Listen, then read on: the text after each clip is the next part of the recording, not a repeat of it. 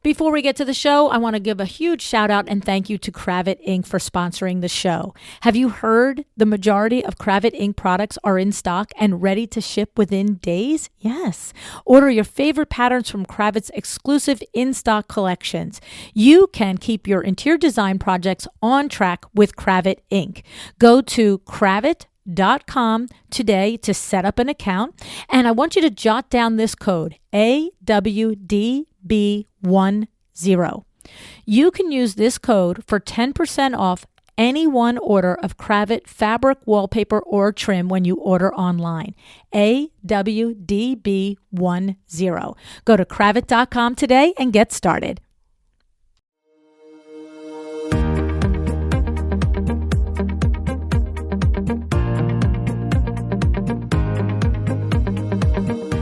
Welcome to A Well-Designed Business. My name is LuAnn Nigara, and I'm so glad you found this podcast. Together with my husband Vince and our partner Bill, we have grown our company Window Works from the ground up.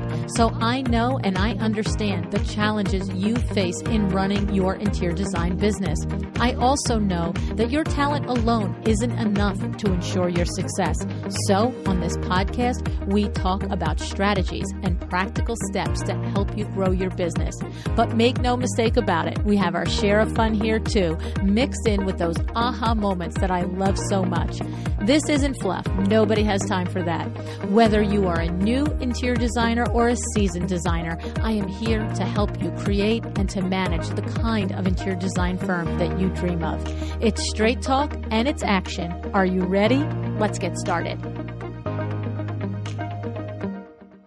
Hi, welcome to A Well-Designed Business. It's Power Talk Friday, and it's another one of our live on-air one-on-one strategy sessions. And I have to say, you guys have been reaching out to me in all the ways, in person, Facebook, Instagram, email, to tell me how much you're enjoying these episodes. And I am super excited about that because I'm really loving them too. Sort of thinking to myself, why did I wait 8 years to do this? But anyway, we're doing them, and it's really, thank you. I'm glad you're enjoying them. My guest for today's strategy session is Laura Koshel. Laura is the owner and principal designer at LK Design, based in Durham, North Carolina. Laura was born in Lithuania and she moved to the U.S. in 2005. When she did, she joined a national decorating franchise and became an independent interior decorator. After she had her son, she took a break before returning to the industry in 2015, then establishing LK Design. Now, I've actually known Laura for quite a few years now, and you will hear how she saved my little booty at High Point in October 2023. It was pretty crazy. But here is what Laura wrote in asking me. She said, what should I be aware when growing my business from 2 to 3 to my goal of 5 to 8? I'm interested in understanding this from all aspects of the business, how it impacts clients, team, admin, operations, marketing, and services and products. Although I know this might be a little bit too broad of a question for a 45-minute call, but maybe we can hit some of the common pain points and talk about some of the steps to work through in this process in achieving this goal. So we learned in the conversation with Laura that she currently has 2 wonderful ladies working for her, Safa, her design assistant, and Aliyah, her administrative assistant. So let's get to the conversation and see how we can help Laura today.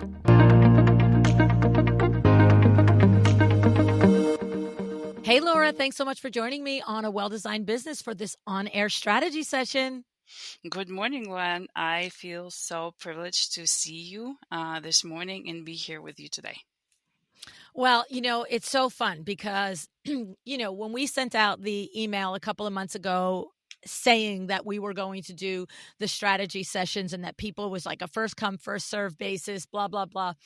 When I saw your request come through, I thought to myself, I don't care if she was the 90th person and we stopped at 5. Laura's getting in.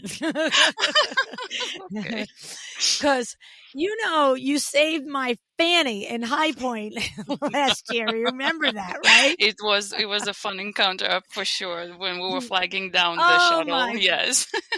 Oh, my goodness. I just have to tell everybody what happened. So I was in High Point. I think it was just like October 23, Yep. right? Mm-hmm. Yep. And I want to say 7 or 8 panel discussions scheduled Saturday, Sunday, and Monday.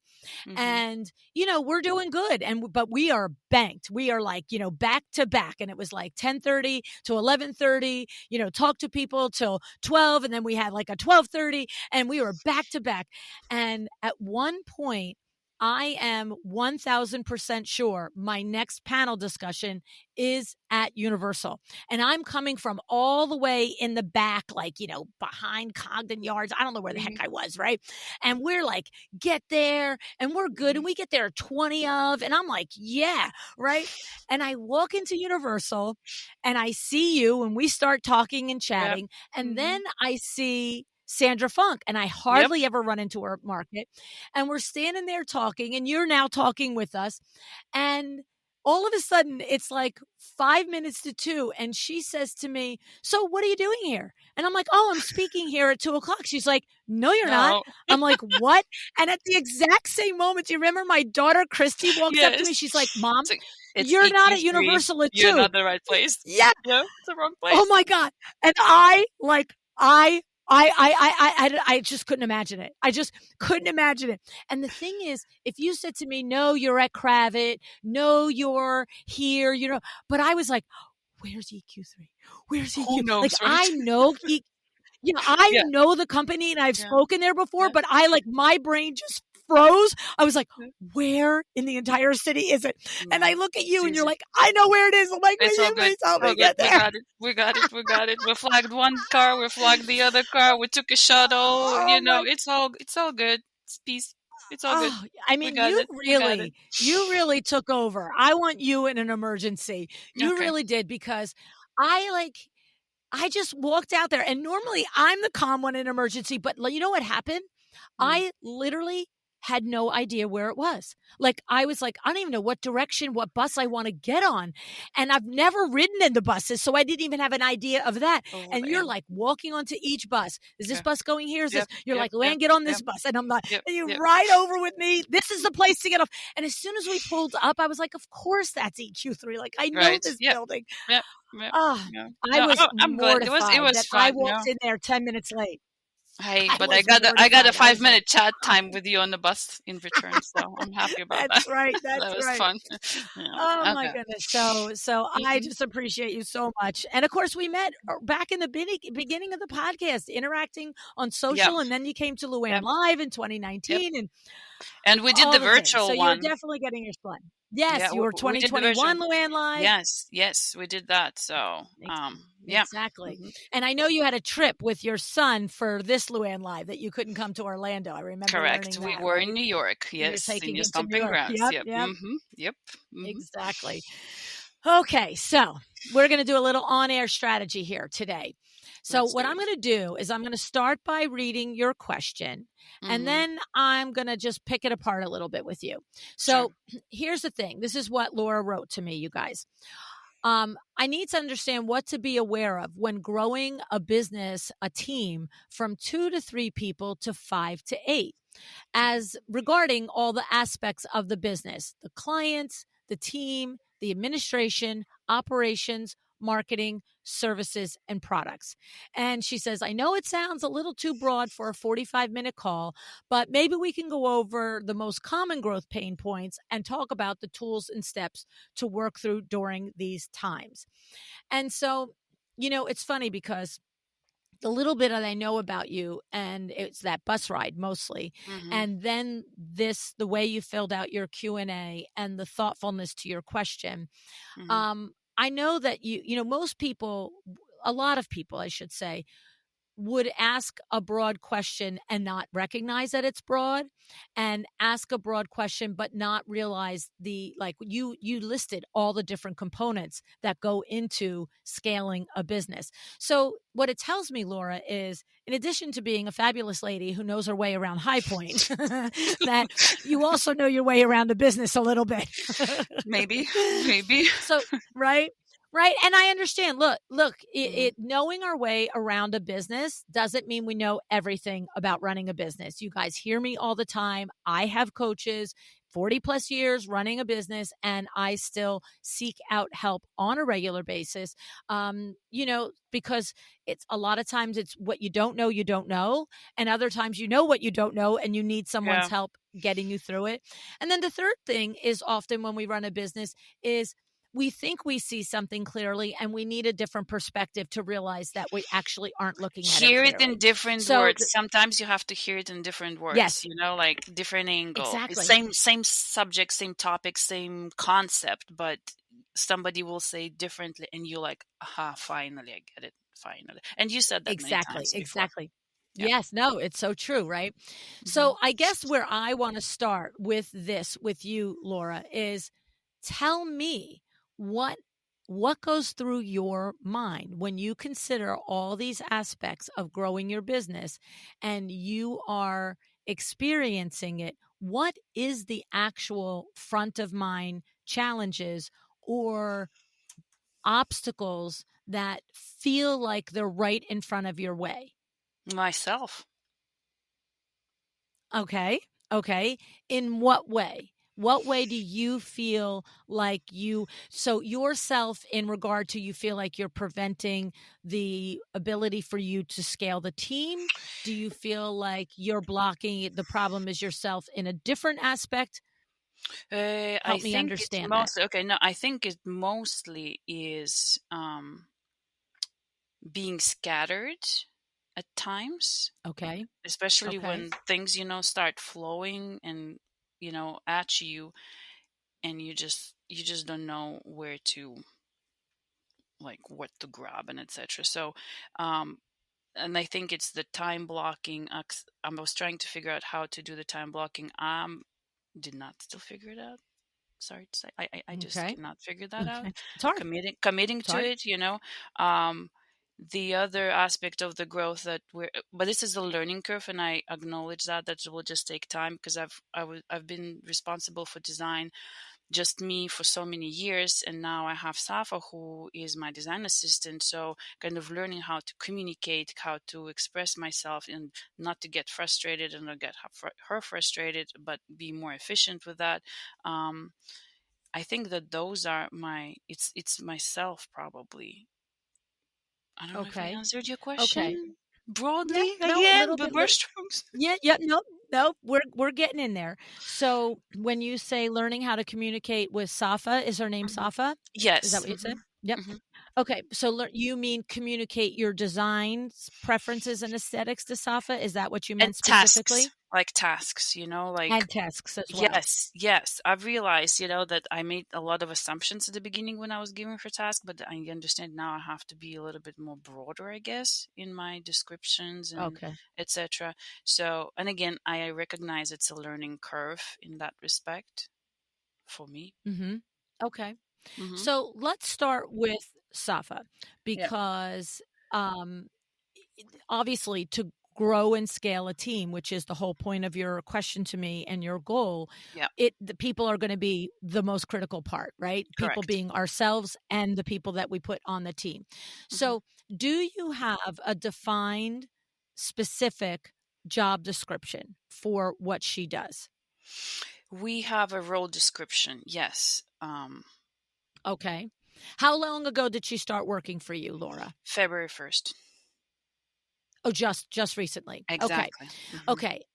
Okay, and now it's only been 2 or 3 months since she's worked for you. Hmm. If you were to look at that role description again today, does it feel accurate? I mean, it's only been a few months, so it's not as good a test as if it had been a year, but does it feel accurate now that she's in the building doing the work with you?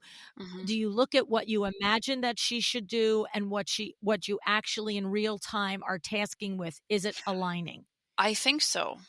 I didn't check Okay. that. Actually, it's a good point. I will actually, once we're done, that's one of my to-do lists. Then I will recheck the job description. But I think Yep. we're aligning, um, because I did put a lot of like a role tasks for her position, Mhm. and we're Mhm. just gradually, again, another thing that I have not done properly, you heard that many times. I did not have the SOP for the design process. So we're also creating Right. the document of what we're gonna, how things gonna flow, and with what are the standards for the presentation? What is like, how do we write things? Um, what is the path? Basically, what are Right. considerations we have to take? So we're also creating that document. So I think it's one of the challenges as well, that we're tackling at the same time if we're trying to design and deliver and present and Mhm. whatnot. So yeah. So I think that Yes. that is painful. Yes. Oh yeah, it is painful. Like just flat out. Creating Yep. SOPs is like literally I would rather hang from my fingernails, honestly. Hmm. Yep. Yep. So here's the thing.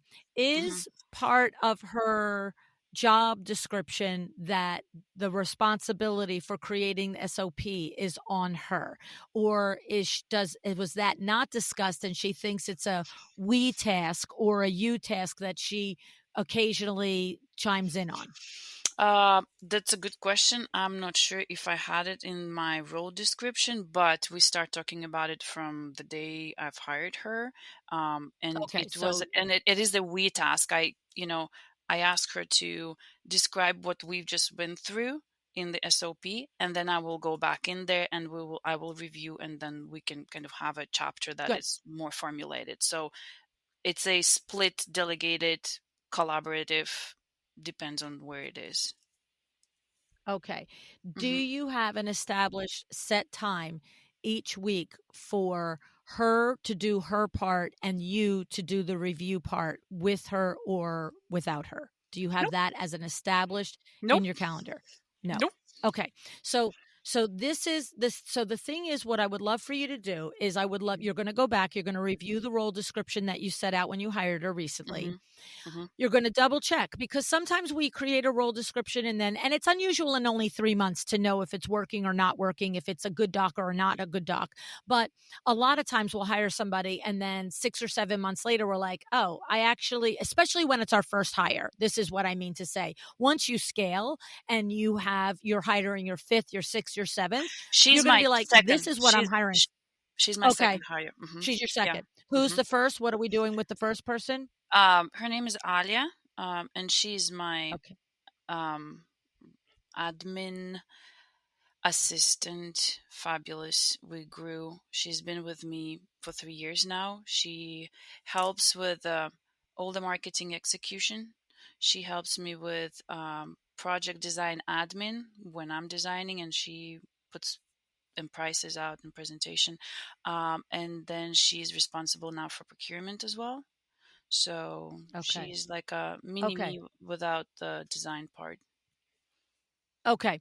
So, but this is the first time you've hired in the design assistant role, and Sava's role Yes. is different than Yes. Alia's. Okay. Yes. Hmm. Okay. So you'll do this actually for both of them now. You should review Alia's job description and make sure that whatever you hired her with, whatever job description you hired her with 3 years ago, actually is what she's doing and just clarify it. And if you possibly hired 3 years ago without a job description for Alia, which is entirely possible, a lot of times our first hire, we're just like, help, come on through the door, right? Hmm. You'll now create one for Alia and you'll get very clear on what she does and what Safa does. All right. Then what's going to happen is you want to look at what Safa is doing, what each of them are doing, but particularly Safa right now. What Hmm. she's doing is what I call on the daily, boots on the ground work and pick your head up work.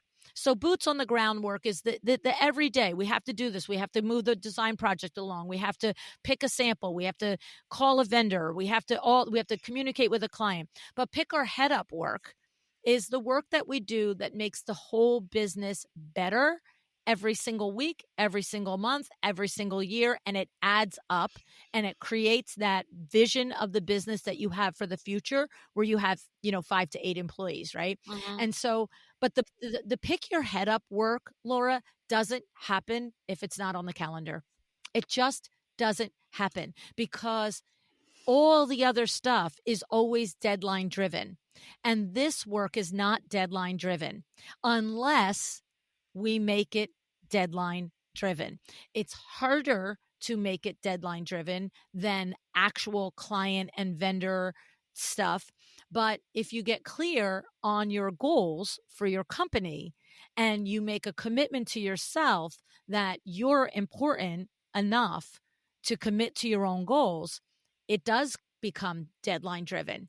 Okay. And so they're longer deadlines, but you need to, in my opinion, I Mhm. would, and Alia's work, she probably doesn't have SOPs for her work either. No, no, My no, guess no, is she no. knows. Oh, no, no, Yeah, no. We have a she does. huge Oh, good, document. good, good, good. We wrote it over the Perfect. past 3 years. Yes. Oh, Perfect. yes. Perfect. I love that. I love that. Mhm. And it's Mhm. revised and tinkered with every time you change something and you find a Mhm. better way to do something, right? Mhm. Mhm. Perfect. So this Mhm. is, Laura, you are 2 steps ahead of the game because you've been through this very difficult process of identifying what somebody on your team does and documenting it, Mhm. because you know how hard it is to do, but you also have the evidence, like my friend Heather Hansen says, you have the evidence that you can do it.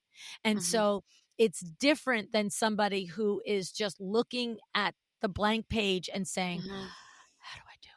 How do I do it? And there's no easy way. There's just sit down, lady, and do it. Right. So, but Mhm. I am a huge fan of having my employees create their own SOPs based on the guidance and the teaching that they've gotten from the side by side communication with me.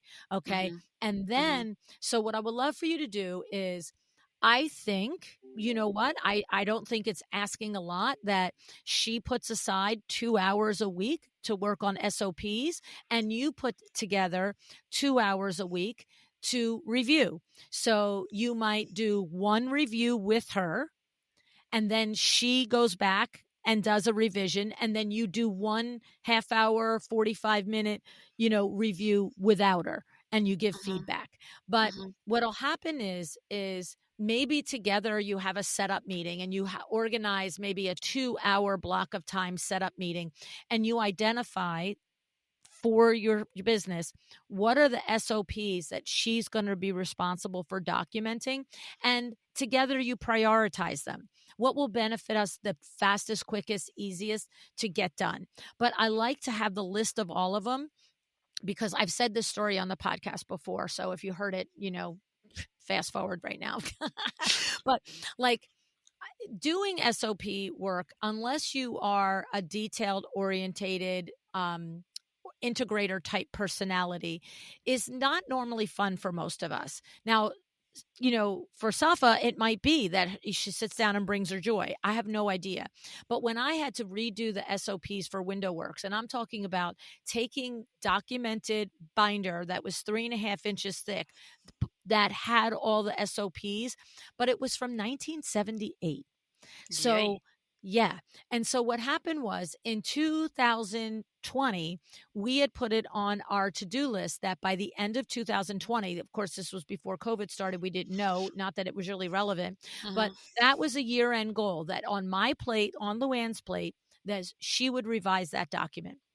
And the thing is, what happened since 1978 to 2020 was the core processes were the same. There were many Mhm. more processes that had, tangents and different things. And of course, like I always say, like there were no computers in 78. There were no faxes. There were no cell phones. There was no email. So a lot of the processes just had to be brought up to date because you can't send a 25-year-old down and give them a Mhm. document from 1978. So the thing is, though, there were legitimately, so what I did was I put aside every Monday from 1 o'clock to 3 p.m. And I was like, LuAnn, if it takes you 50 Mondays, you are doing this from 1 o'clock to 3 p.m. every Monday. But what I tell you in real life, in real practice, is there are Mondays where you're like a rabid animal handling problems, doing things. And now it's 1 o'clock and you're like, I have no headset for this. Right. Or you're tired and you're cranky because it was like Toby Keith says, it was a hard weekend. You know what I'm saying? Mhm. I'm just like, ah, you know, Mhm. but the thing was, I committed to doing it. And so because I had the list ahead of me, all the SOPs I wanted to do. When I felt less than wonderful, I worked on easy ones. Ones that weren't Just to get complicated. into the groove. Yes, to keep my commitment to Yeah. myself, to actually keep the rhythm of doing it on Yeah. Mondays. And the easy ones had to be done just like the hard ones. So it wasn't like I was cheating. There was no wasted time. The easy ones had to be done. But I did it for 2 hours. So sometimes I would do 4 easy ones in 2 hours. The other side of the commitment is that at 3 o'clock, say I felt like, I was feeling myself that day and I had all kinds of juice and energy and I was going to tackle a big one. Mhm. Regardless of where I was in the process of documenting that, at 3 o'clock, I stopped, because what I know is in previous years, when I started to do the redocumentation process of this, if I was very involved in one and it was going well, LuAnn, ADHD LuAnn, she can go down a hole and not come back for 60 hours. And so what would happen was I recalled the times when I went past my allotted time. And now the following week, I was reluctant to get started on a difficult one because I was like, I cannot be here till 5. Like, I Mhm. can't. And so I would play mind games with myself and be like, no, no, no, no, you can't start a tough one today because you absolutely cannot go late today. So then when I Mhm. revised my agreement that I get up at 3 o'clock, whether I'm mid sentence or not, now I knew it was like, yeah, you know what? It's going to be there the following Monday. Walk away. And so I'm just giving you tips and tricks for ways to get it accomplished. It needs to be in the calendar, a set period of time, having an overall list of all the SOPs that need to be created. You prioritize with her the ones that you want done. And Mhm. then within that priority list, she can pick first, second, or third, but you're going to say these first 4 are the ones to be done. Me, look, I own the joint. When I sat down and I want to do one of the priorities, I did the 10th one. But like, you don't have to give that kind of latitude to an employee. I don't want to be, blunt, but you don't. You want it done, right? Can I ask a question, clarifying Sure, question? Like, sure. as an example, list of SOPs. So how many SOPs do you have? And like, Oh my how are they goodness. like, but like, is it just, do you So have it as one document with chapters, or is it? yeah, yeah, yeah, yeah. That's what I mean. The chapters or Okay. the individual tests. So like Okay. I've heard people talk about a design process as a Yeah. 10-step process or a 15-step process. So Uh-huh. like, discovery call, that's the first step, right? But what is Mhm. the process for the discovery call? That might be one of the easier ones to do because maybe at this point in your business, you're the only one handling discovery call. So it could be inquiry comes in through Instagram, but even that, what happens with an inquiry through Instagram? What happens with an inquiry through Google? What happens with an inquiry through the telephone? What happens with the inquiry through email? Each one of them have a different path, right? So who's getting a DM or a comment inquiry in Instagram? If you're managing the Instagram, then the document is simply going to say Laura receives, blah, blah, blah. But if Alia is doing social media and Alia sees a DM in Instagram, hey, Laura, we're interested in working with you. What's the path from Alia to either Safa or you who handle, like, you see the weeds of it? Like, this is the weeds of it. And that's why creating the SOPs, yeah, exactly. It's brutal. It's brutal. This is Okay. brutal, man. Yeah, but here's the key to it. And this is why I'm going down this path, because in order to have a team of 5 or 8, you want to do this one time, Laura. You want it done one time. You want it done the Laura way. And when you are 2 weeks, 2 months, or 2 years, and you're hiring the next design assistant or the next Alia admin assistant, you don't want to sit down and explain, what do we do when we get an inquiry through Instagram? You want to be like, sweetie, it's in Asana, or it's in Monday, or it's wherever, it's in a Google Drive, like wherever you do your tech. Mhm. But this is the key to scaling, is that you have clarified what you do, the way you do it, and it's to your standards. It's Like, even like when you think about, on one hand, the discovery, the person who enters Mhm. the discovery process, on one hand, it's one of the simplest processes. It's tedious because, okay, it comes here, the blah, blah, blah. But it is one of the most significant processes to be done the way you want it done. This is what Vinny calls the director of first impressions to our company. Mhm. If the first impression to your company is, I've had to ping somebody in DM in Instagram 5 times and no one's gotten back to me, and we're all like, well, we've got a discovery process for when you call, but we don't have a discovery process It was when documented you for took Instagram. Like, we're pissing away business here.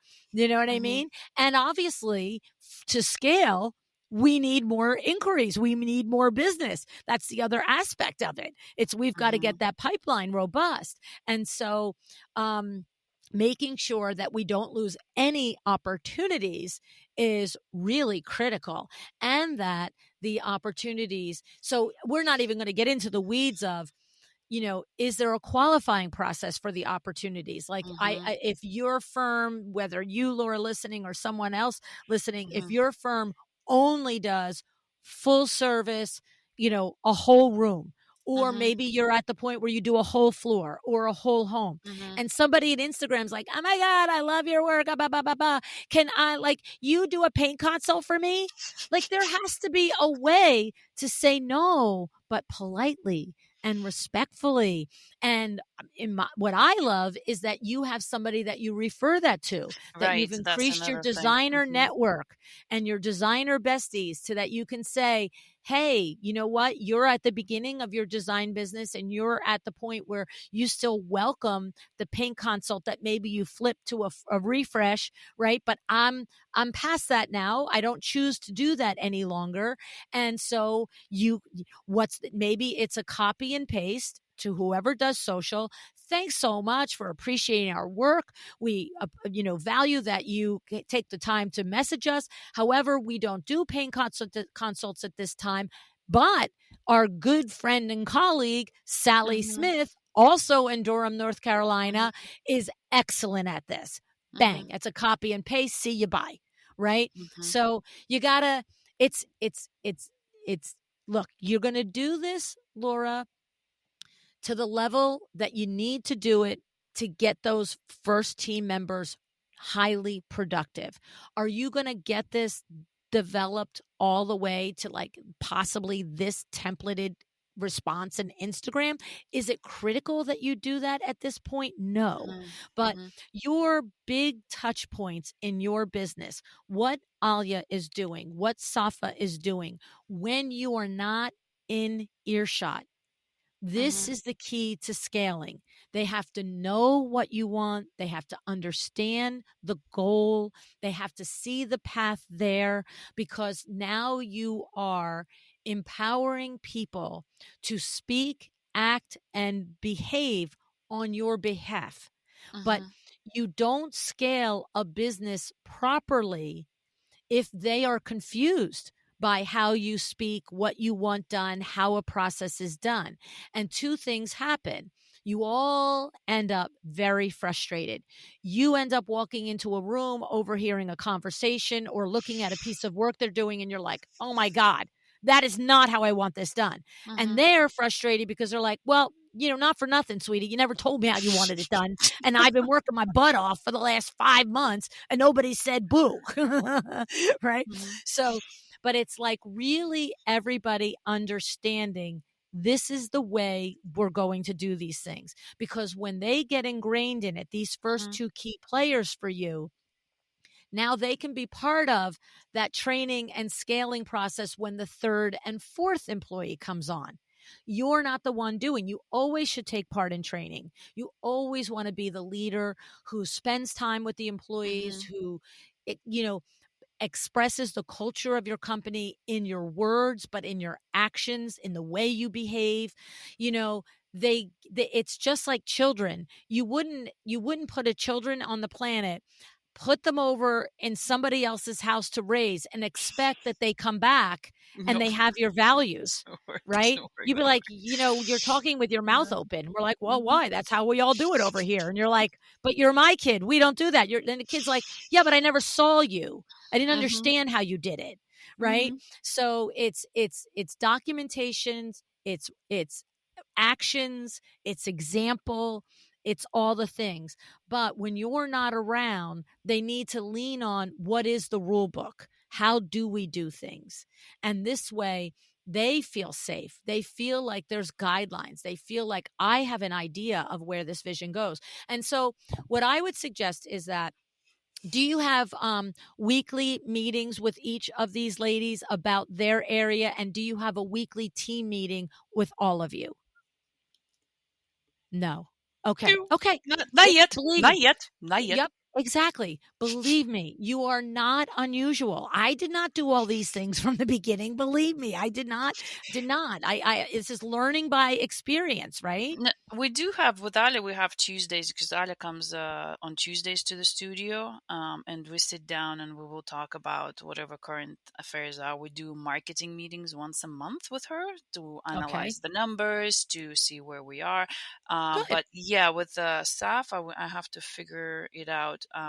And then have to figure out if we were to have joint meetings, what would be the agenda, what we need to achieve, what we need to talk Yeah, about, and etc. you may decide that you don't need the meeting with well, but you know what? If Alia is going to be doing procurement and she does project design administration, then I Hmm. do think it's important that they have eyeball time, even if it's Hmm. Zoom eyeball time, Yeah. right? Hmm. And so the thing about it is, I just came back from Dallas as we're recording this, and we were at our Exciting Windows conference. And I'm going to share a tip that Rebecca Munster, one of our Exciting Windows, shared. And I just thought it was so fabulous. And Hmm. here's what the tip is: she has developed the criteria for what she calls her red light system. And what it is every single project, every single aspect of their business, like a project has a criteria for if it's green light, which means everything's good. Clients fine, vendors are fine, internal process, internal team, everything is good. On time, on schedule, no kinks. Yellow is, you know, not so good. Things are starting to get a little wiggy here. We're not out of control, but things aren't quite under control. It could be that there's back orders on items that need to be reordered. It could be that contractors haven't supplied quotes that are 2 and 3 and 4 weeks past due. It could be anything that's just like not quite perfect. And then there's red light. Okay, all hands on deck. We have a major problem in this particular area. And what happens is she took the time to develop what the 5 or 6 bullet points of criteria are for everything is fine, things are a little wiggy, and I'm sorry, pull the emergency cord and stop the bus. Okay. And what happens is in her project management system, the jobs actually get the color assigned, and each team member every single morning comes in and just looks at all of the projects. Anything that's green, theoretically, when you are doing a good job updating this, everything that's green, you're like on schedule and you really don't need to open up that client that day. You're going to have a meeting about it, but I'm talking Hmm. about in your morning review of where are we in a quick snapshot, right? Things that are yellow, you have to, things that are yellow are brought to Rebecca's attention. So it's like, here's the thing. I have called the contractor. I've requested the quote. It's 10 days out. We normally get it within a week. We have our presentation with the client coming up in another week. And I'm not getting any response from the contractor. And then together, Rebecca and her employee will Hmm. decide, Hmm. okay, I'm going to step in and make a call to the contractor, or this is how you're going to do it. The idea here, though, is it's not that Rebecca is definitely going to overtake this problem, but her employee knows when it's yellow, she wants to be informed and she wants to be part of deciding the solution through it. Mhm. Okay. When Mhm. it's red, it's oh my God, the thing blew up. And then Rebecca is typically going to get involved and be a part of the solution. And so the thing about this is that if you have some sort of like your weekly team meeting should have some sort of shorthand about this, that you've got all your projects. And when I say weekly team meeting, so does all you need to know in the weeds about every project if a painter has called back? No. Does Safa need to know if, you don't have any content for social media every week? No. These are not areas that they have to be in the weeds on. So the thing is, the overview of the team meeting, you can be looking at this and see, however you prioritize it, 1, 2, 3 Mhm. problem, yellow, green, red. But I imagine a meeting where things that are red, you would literally just bang, like, have to do with all three of us or just me and you? Just me and you. Boom, move it to our meeting. All three of us, boom, let's talk about it, right? Because maybe it's a red and it has to do with procurement and design, blah, blah, blah. So that's all three of you. You have to Mhm. be involved in that. But it gives you the shorthand for not having a 90-hour team meeting. Okay. Mhm. Not having a 90-hour team meeting. You have a process, you have agenda of how you're going to handle things. And then additionally, what you want to do, Laura, is you want to then have those individual meetings with each of them. So you're going to set a time. You're doing the marketing meeting once a month. That might be completely appropriate. That's all you need with Alia for marketing. But maybe you need a half hour, meeting weekly on procurement.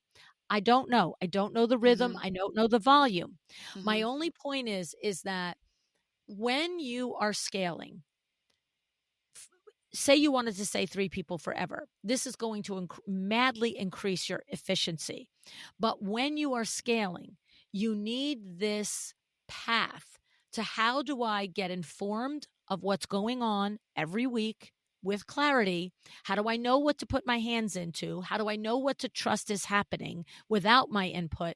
And how do we take care of high level problems quickly when you're going to have layers? So when you're 8 people, you're going to probably have maybe 2 or 3 management levels, and then you know lever other Mhm. levels of employees that report to those 2 people possibly. Mhm. So right now, you might be grooming these 2 women to be those management. They may not Mhm. be the people. You may find out in 2 years from now that they are not managers. That's okay. Mhm. The people that we start with aren't always the people that go all the way to the end of the line with us. Okay. Mhm. But you are learning in this process. How do you set up your team meetings? What information do you need? How do you want it delivered to you? How do you communicate? You're creating your muscle memory on the management of your team. And the good news is you get to do it with 2 people. You get to Mhm. practice it. You get to see what works. You get to see what doesn't work. You get to refine it. And then when you start to add that third and that fourth and that fifth person, yes, every process will have to be tweaked again, because now what used to go right from X person to Laura is going to go from X person to X person, then to Laura. But you will have established the rhythm, like window works, right? 40 years, 1,000 employees throughout the years come and go. Mhm. I know exactly how a showroom coordinator is going to come into our business. I know exactly how she's going to be trained. I know exactly what I need from her. Every single showroom coordinator brings their own superpowers, tweaks the job a little. Blah, blah, blah, blah, blah. But we have a team meeting on Monday. I know what I expect from her. I know what information I need from her. And I know the following Monday what the protocol for knowing if she did it or not did it. I'm not changing how our company runs based on the name and the person. The roles have things, and I have long established my protocol for how I communicate and get information from each person that's in a Mhm. role. And that's what you're going for when you scale. It's like, how does this role function? How do I function with this role? How does Mhm. this role function cross team members? And what is our mechanism for the communication and the workflow path? Does that make sense? Mm-hmm. I look forward to re-listening this episode several times because I'll be honest with you, my mind was just like, I'm like, sorry. oh my I'm god, sorry. It's no, no, too no, much. it's good, no, it's Okay. good, it's good. I'm very happy it's recording. Yeah. Uh, of course, it Uh, makes sense. Of course, because I do realize while you were talking, that at times I'm scattered myself because I don't yeah, have yeah, that yeah. structure in place, and be like, oh, did we order this? Oh, did we order this? And the fact that I Yeah. have to keep it all in my mind, Oh, that they're just not no bueno, no. because that doesn't leave the bandwidth for the Yes. Creativity. visionary, for great, for Yes. like growth, for future, for not like it just you know but okay, I got it. I got it. Yeah. Okay, so And yeah. the thing is that I this is a work in progress. This is not something that I do not think it's a reasonable expectation to think you will ever feel like you've got it locked down. I really don't. I mean, Mm-mm. Window Works, as organized and process driven as it is, we don't have a weekly team meeting to discuss problems for no reason. Problems still happen, and we might have 10 problems to discuss, and 3 we created and 3 a vendor created, and you know what I'm saying? Like, it's the idea is that when you have a process for people to understand your way of doing things, when you have it documented and you have weekly check-ins on the execution of it, things rarely get totally wiggy, right? It doesn't get so far out. We still have problems. We're humans. We're going to create problems. We're going to make problems. We're going to forget things. We're going to do it wrong. But the mechanism is in place so that it very rarely gets to red. So, for example, at Window Works, we're going to service 100 to 150 customers a month. Mm-hmm. Okay.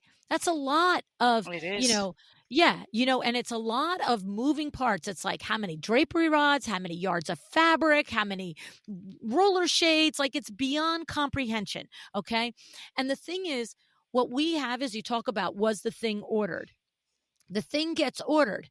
And every Wednesday, it is Catherine's job to look at the same invoices that have been there for 3 and 4 weeks, the new ones that were given to her in the Mm-hmm. last week, to verify the check marks have been placed, that every item on that order has been ordered. We don't like, oh, we check it once and we're done. We're like, I know you're going to look at it every single week. Do you know how many times we have a 3, 4, 5 page order that Kim has placed? She believes, or Richard or Rich has placed. They believe that they have all done everything that I have done back in the day when I was doing it.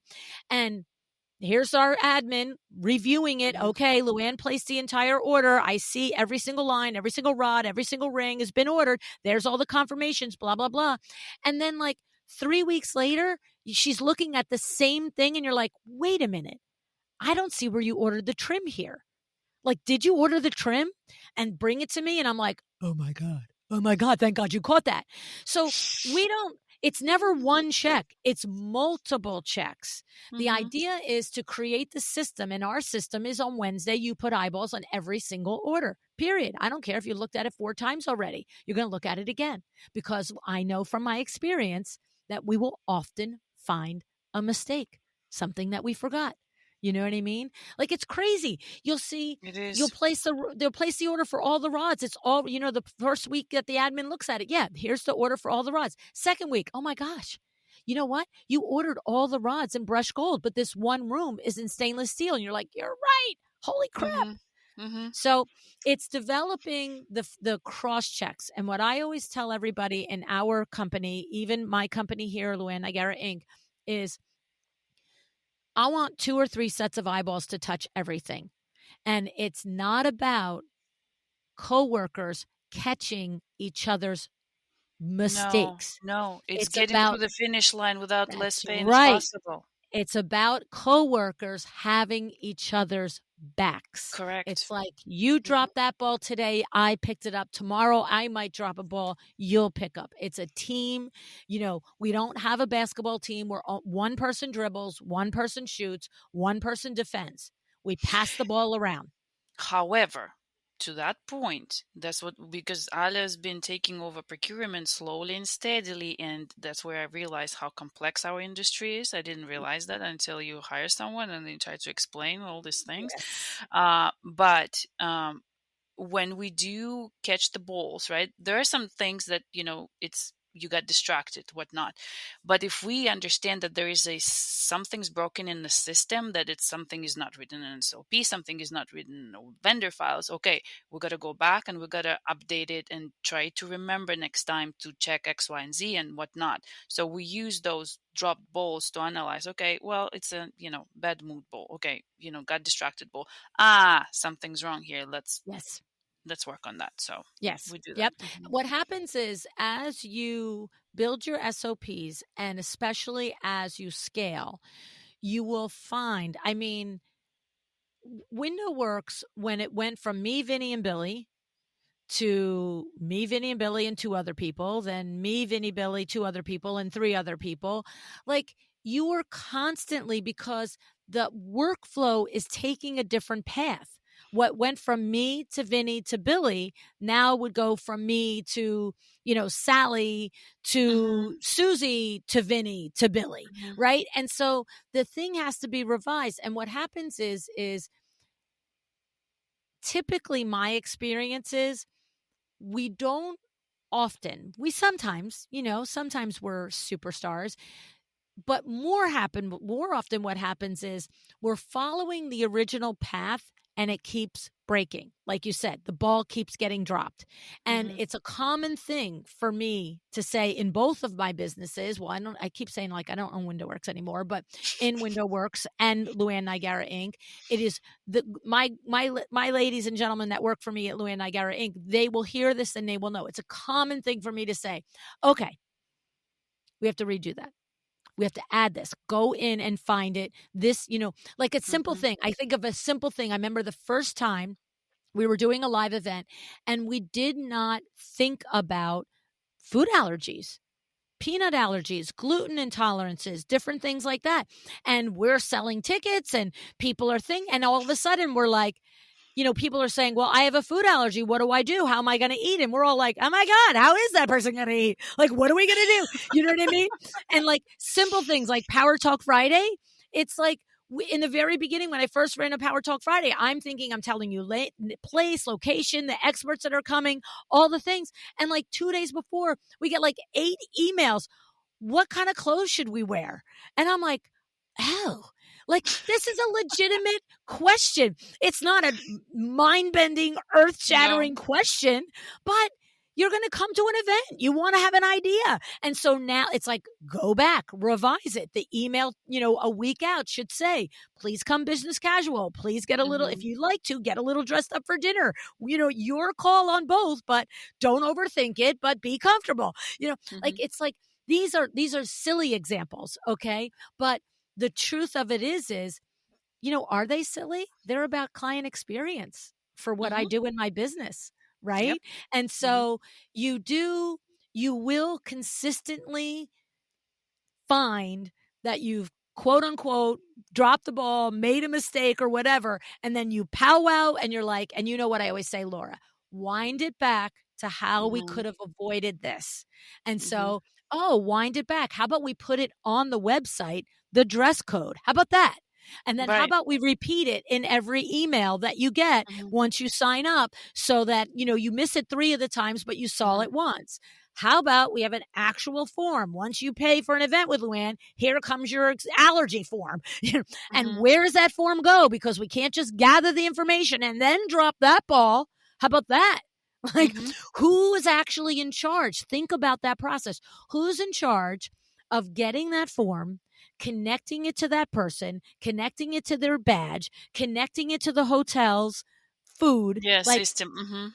It's not enough to just ask somebody if they're allergic to peanuts. Like, you have to do something about it. There is a whole path behind it. Yeah.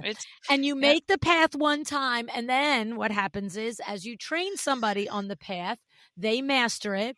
And when somebody else comes in, they can train them on the path. And when somebody doesn't follow it, you can very kindly and calmly say, I'm unclear on how we drop this ball, because it's completely documented in our processes. And when you're not sure how to do something, you don't figure it out and do it your way. You go to the process and you read the process. Capiche? Capiche? Bambino. Right? Okay. So, All right. Understood. No, there's a lot of work to be done. Ugh. but you're going to do it. You know what you're going Of to, it's like, course. what's that sentence, like that saying, and how to get an elephant one bite at a time. Oh, yeah. Don't get overwhelmed. Put the 2 hours Mm-hmm. aside each week. Just chop it off. See, if you came to me and said, I have 6 employees and it's chaos, everybody's running in a different direction, you know, this is a bigger problem. But you're doing it in anticipation of having 6 employees. You're doing it at Mm-hmm. exactly the right time, Laura. Mm-hmm. So many of us just get to 6 employees and we're like, why is this whole thing, like a No, and shit show? I'll be honest with you, because I saw people hiring in 2022, like on Instagram. They're like, "We're hiring, we're hiring, we're hiring," and I was so like up to here with work, and I'm like, Yeah. I will not do that. I'd rather Mhm. tackle the work, because that would be like, how do I bring a person if I don't even have those, Mhm. SOPs written and etc. So it took me time and planning to be financially stable the way I wanted Mhm. it to be. To okay, let's bring gonna design assistant right now and start kind of writing the SOPs and Yeah. introducing the processes. So um, it is stressful enough. Yeah, yeah. And I will tell you, I'm just realizing now that I hardly ever remember to say about it, but on my website, under resources, is the designer toolkits that my Mm-hmm. cousin Eileen Hahn and I worked on. And basically, there are toolkits that you can buy that have the job posting, the job Mm-hmm. description, the interview questions, the evaluation process for each of the different positions in an interior design firm. The bookkeeper, the Mm-hmm. procurement person, the design assistant, the lead designer, all the things. And what Mm-hmm. happens is, Eileen has 40 years experience in placing, she's an organizational behavioral developer. Okay. Mm-hmm. 40 years of placing the right people in the right seats and determining the right job description for them. And so together, with what I've learned over the 1,000 episodes of interviewing you guys and what she brings in her superpower, and also her 50 plus designers that she's worked with when building their team, we put together these toolkits. Okay. And you have them available. You just buy them on the website and you download them. But Mm-hmm. the reason I bring that up is because the other and one critical thing that I also want to leave you with on this, Laura, is that one of the things that we often do in the beginning of our business is we hire a person for what we think is going to be the role. That's why the very first question I ask you, do you have the job descriptions, the role descriptions defined? Okay. We hire a person for what we think we want. Oh, we want you to do a little of this, a little of this, a little of this, a little of this. And then Mm-hmm. what happens is as we grow, we are trying to make the person fit the things that we want done in the business. And a much more effective way is to understand the different roles that the firm will need to be successful. The objective roles, not the names, not the people. And so it becomes, this is the job description for the procurement officer. This is the job description for the design assistant. This is the job description. And what happens is, as you build your company, if you find the person that fits that role, now you're not sitting with gaps. You Mm-hmm. literally have all of the tasks accounted for with a single person in each spot who's accountable for it, Mm-hmm. as opposed to one person doing a little of this, one person doing a little of that, and then neither one being clear on who owns it. And it's Mm-hmm. it's like if you've ever read the book Rocket Fuel and Traction by Gino Mm-hmm. Wickman, Mm-hmm. it's creating the organizational chart. And like we just did this in my company because it's been 4 years. It's 8 years since I'm running the podcast, but 4 years since I've had it on its own, legs, on its own Mm-hmm. S corp and stuff. And so in Q1, we pulled it back and built it back up again. We're like, okay, what is the organizational Mm-hmm. code for, structure for this? And there was 19,000 boxes on this. Like, Oh yeah. who does product production? Who Yeah. does sponsorship liaison? Mm-hmm. Who does this? Who does this? Right. Mm-hmm. And what we did was, according to Traction, you literally just list everything in its like, this lives under sales, this lives under marketing, this lives under operations, this lives under finance, this Mm-hmm. lives under HR. And you do all the things. And then we went back and put the name next to the person who's doing it, next to each task. Mm-hmm. And of course, at this point, 80% of the things have my name or Mariali's name, right? Because we're doing 80% of the operations. Then we've got Jose, Daniel, we've got Joe, and we've got Diana, who are doing so much of podcast production and marketing, right? But the idea is that because maybe there's a box that has 5 bullet points in it that relates to, let's call it podcast sponsorship. Right. Maybe I'm doing 4 of those now and Mariali's doing 1. Mm-hmm. But we know by looking at that, can Mariali do all 5 of those? Is that a goal? Or Mm-hmm. is the goal, no, these all will stay with Lou? But you give it that thought, right? And so it might be, you know what? Yeah, we're going for her doing 4 of these, but guess who's always going to take the inquiry, right? Mm-hmm. Like, I don't see now where I would turn that over to anybody. Right. Mm-hmm. And so, but then we go to another box and it's like, oh, and I forgot my mom, my bookkeeper, right? Like, here's the Mm-hmm. finance box. Like, Mm-hmm. so the idea is the toolkit could help you look at the design firm as an objective organization. And now when you have that view of the organization, like, oh, Alia, like, let's move you here and do this. And Sava, let's do this. And Mm-hmm. now we know the gap, who we're going for as the goal of the next person to hire. And it's clear the path. Does that make sense? Yes. Yeah, Yeah. I'm in the middle of that book. I put it to the back burner for Yeah. now. But yes, I started reading that book as well, and I, and I actually had a notepad in there. Um, Yeah. but yeah. It's an Mm-hmm. interesting book, and the thing is, you've got a lot to do.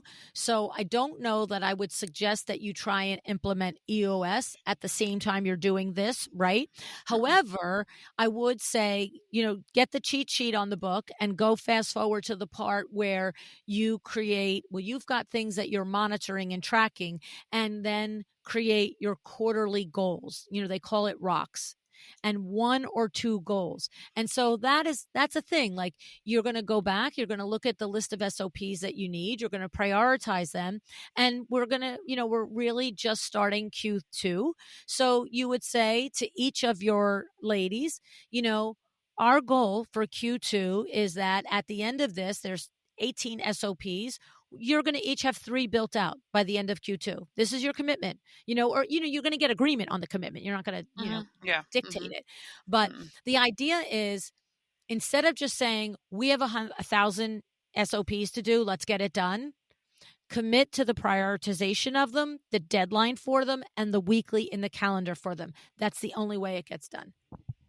And then when you get to the end of the year, Mm-hmm. if you've reached all of them, which is likely because you've set a path to do it, but Mm-hmm. if for some reason you haven't quite reached it, you'll be able to look in the mirror and say, we didn't reach it for a legitimate reason. We got a $500,000 contract in the middle of all this, and it was all hands on deck for 3 months on Mm-hmm. that job, getting it off the ground.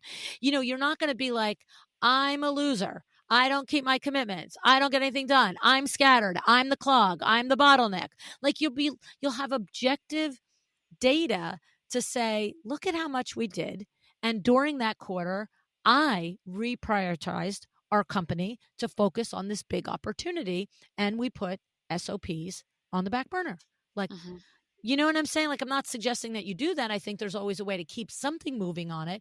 But the idea is that us as visionaries, we are scattered. Mm-hmm. We are. And I think we often underestimate what we're actually accomplishing. But when you have it on goals and paper, it's like, I'm kind of a badass. I kind of do get a lot done. I really do. Mhm. It feels squirrely in my brain. It feels a little like, is anything happening? But when you put it out as an intention and as a goal and you track it, then you have the evidence that you're doing it. And it's you're never going to feel satisfied. You're always going to see you could have done something else.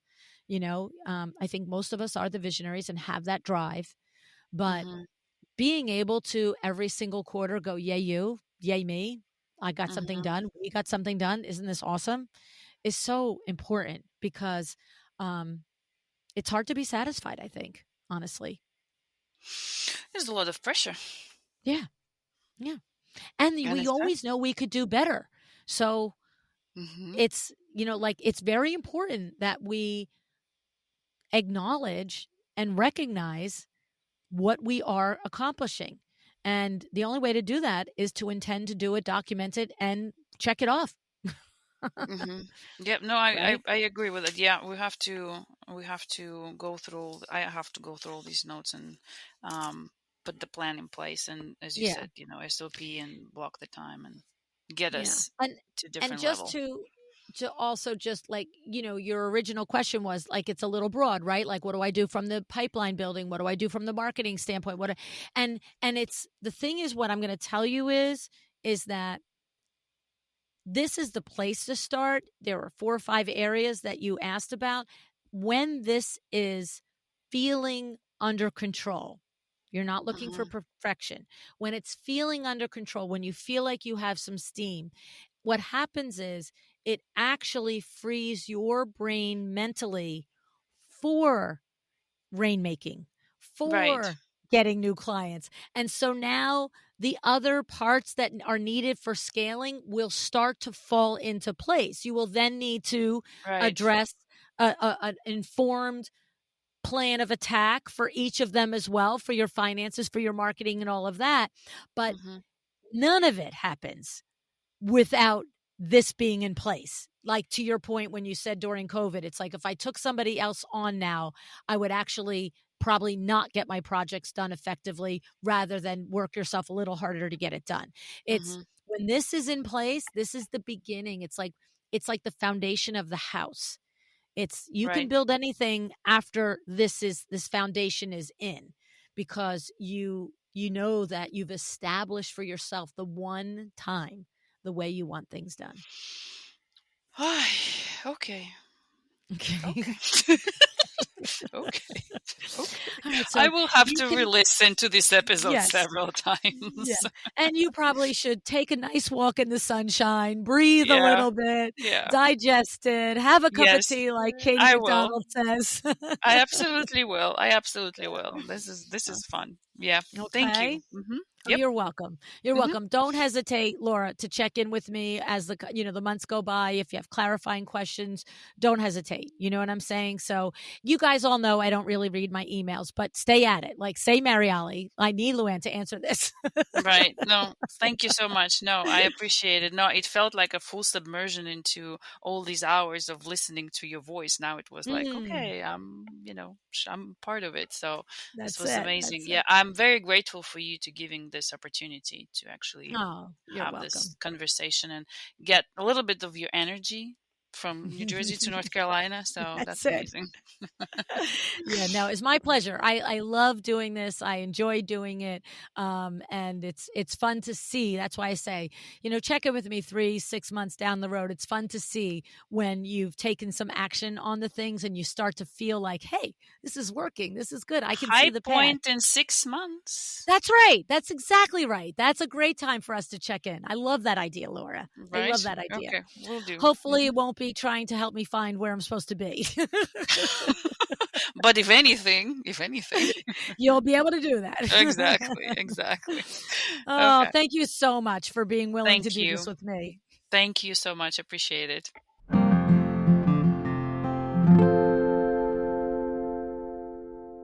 All right. there is no doubt that Laura is a hashtag smart lady, right? And if you have a new design firm or hope to one day, you may think someone like Laura, who is a little more established, has all the answers when it comes to growing a team. But the thing is, we're all always learning, right? All of us.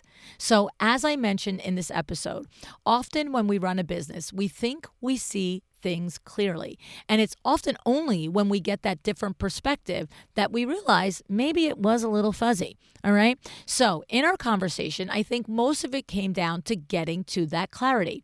Because when everyone is clear, there's no question on who is doing what at any given time. The first thing that Laura needs to do is sit down and review each of Safa and Aaliyah's role descriptions, right? If they aren't complete or accurate, she's going to button those up. Next, by getting specific on their roles, then together they can determine if what they do daily aligns with the expectations that Laura has for them, right? When we aren't specific, how can we actually have fair expectations of our team members, right? And remember, this is not simply for your benefit or for the benefit of your clients or for your business.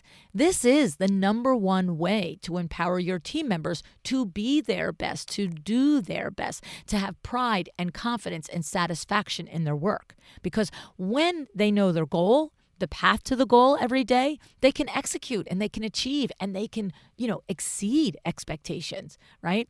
There is little more satisfying than doing a job well and knowing that you're recognized for doing it.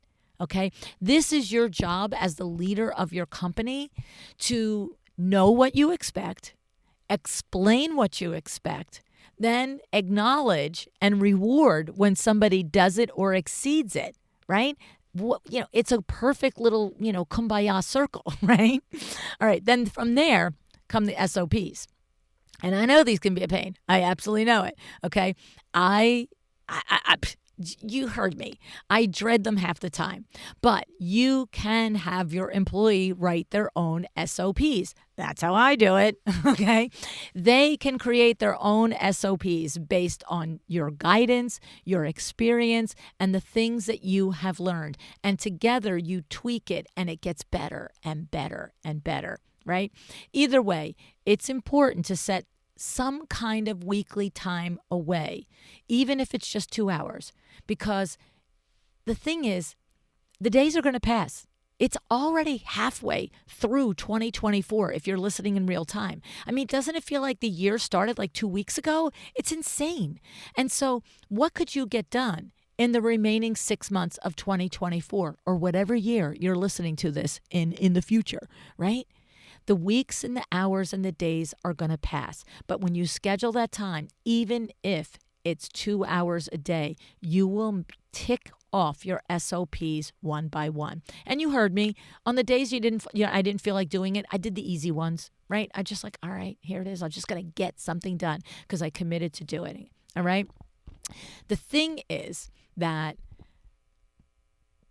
working through this process with yourself and your employees also really helps you clarify your deliverables to your clients. And when those are clear, you really start to sit in what you charge people. I think a lot of times, at least in my experience working with you one-on-one in a formal way, when you take the time to really put down what you do, then it moves from, I love doing this so much, it doesn't feel like a lot of work, and I don't know how I can charge that much because, oh my goodness, to holy cannoli, we produce so much, we manage so many details, we do so many things for our clients, you're darn right I'm going to charge this, right? It really is a mindset shift. So it's a double benefit when you document your SOPs. It not only buttons up your process so that you can deliver a repeatable, duplicatable client experience, but it really does help you just go, oh, whoa, yeah, I am a superwoman or I am Superman, honestly. All right. Now, the next thing that Laura needs to do is to establish those reoccurring meetings, right? Whether it's individual or group, and I always recommend both. The benefits of this cannot be underestimated, okay? And again, these benefits extend to you, your business, your team, your clients. It is a transformational habit. When you do it, it's transformational for your business, okay?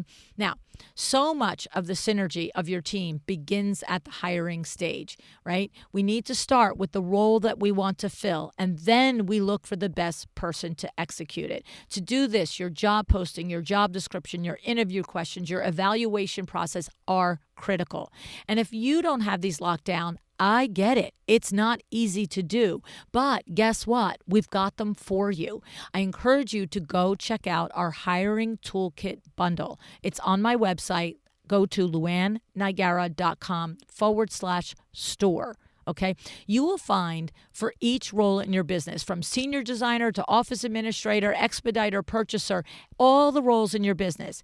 These toolkits are built on my cousin Eileen Hahn's 40 years experience in helping companies of all sizes build exceptional teams, as well as the 50 plus interior design firms that she has worked with, and my 1,000 interviews that I've done, and my experience in building teams over the years. Okay, these are thoughtfully considered and created and have been tested and proven by your colleagues to help you hire exceptional people. And so if you're like Laura and you want to scale from 1 to 3 to 3 to 8, or you just want to hire that first person, it's critical that you do it well. It's no different than you. When your clients, go rogue and think that they can start doing a floor plan or mixing and matching patterns and lighting and all the things, you look at them like, what are you doing? I'm the expert sitting here. Well, what are you doing? We're the experts sitting here with these toolkits for you. So go to LuAnnNigara.com/store. All right. Now, speaking of 1,000 episodes, if you've been listening lately, then you know that we are on the road to 1,000. All right. That episode is going to air July 12th. Okay. And every week between now and then, we are counting down the 5 most listened to episodes of every year. This countdown is happening on Instagram and my email list. I'm not doing the countdown here. Okay. So it's happening on Instagram, Facebook, and my email list. So follow me on Instagram, join my Facebook group, LuAnn Nigara and Friends, or hop on my email list. Links will be in the show notes. Links will be on my link tree, all the places. You can go to my website. And here's the thing. I'm giving away 2 $1,000 prizes to somebody on my email list. All right. We're going to put everybody's name that's on my email list into a robo raffle, and we are going to give away $1,000 off any Power Talk Friday ticket in 2024 and $1,000 off any LuAnn University class in 2025. Okay. It is my thank you for being with me in this community. It's my thank you for listening to the show. It's my thank you for helping me help you create a well-designed business. And the thing is, the only way I know you're there is by the email list. So it's, how else can I know that you're there? So that's why we're going to give it away to somebody on the email list. All right. Thank you, Laura, for being here today, for being vulnerable, for being open. I know that you are going to take the information you learn and put it into action. I know that you're a woman of action, and I love and respect that about you. And thank you for listening today. I love and thank you for showing up and doing this with me. Decide to be excellent.